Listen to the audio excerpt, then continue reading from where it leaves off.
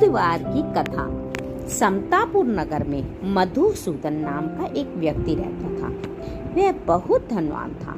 मधुसूदन का विवाह बलरामपुर की नगर की एक सुंदर लड़की संगीता से हुआ था। एक बार मधुसूदन अपनी पत्नी को लेने बुधवार के दिन बलरामपुर गया। मधुसूदन ने पत्नी के माता पिता से संगीता को विदा कराने के लिए कहा।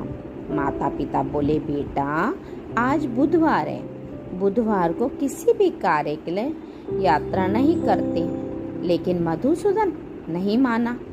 उसने ऐसे शुभ अशुभ की बातों को ना मानने की बात कही। दोनों ने बैलगाड़ी से यात्रा प्रारंभ की। 2 कोस की यात्रा के बाद उसकी गाड़ी का एक पहिया टूट गया।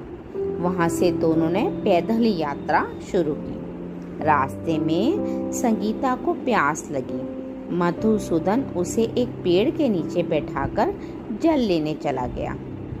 थोड़ी देर बाद जब मधुसूदन कहीं से जल लेकर वापस आया तो बुरी तरह हैरान हो उठा, क्योंकि उसकी पत्नी के पास उसकी ही शक्ल सूरत का एक दूसरा व्यक्ति बैठा था। संगीता भी मधुसूदन को देखकर हैरान रह गई। वह दोनों में कोई अंतर नहीं कर पाई। मधुसूदन ने उस व्यक्ति से पूछा, तुम कौन हो और मेरी पत्नी के पास क्यों बैठे हो? मधुसूदन की बात सुनकर उस व्यक्ति ने कहा, अरे भाई, यह मेरी पत्नी संगीता है। मैं अपनी पत्नी को ससुराल से विदा कर लाया हूँ, लेकिन तुम कौन हो जो मुझसे ऐसा प्रश्न कर रहे हो? मधुसूदन ने कहा, तुम जरूर कोई ठग या चोर हो। यह मेरी पत्नी संगीता है। मैं इसे पेड़ के नीचे बैठाकर जल लेने गया था।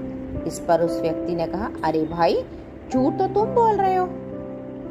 संगीता को प्यास लगने पर जल तो मैं लेने गया था। मैंने तो जल लाकर संगीता को पिला भी दिया।